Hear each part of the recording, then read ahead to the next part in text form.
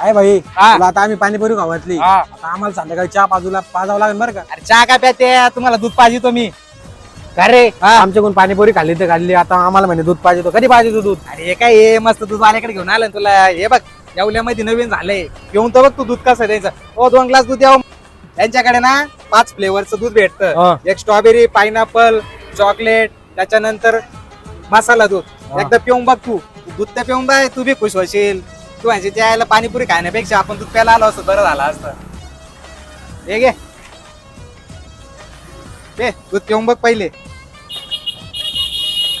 कसं आहे दूध. वा.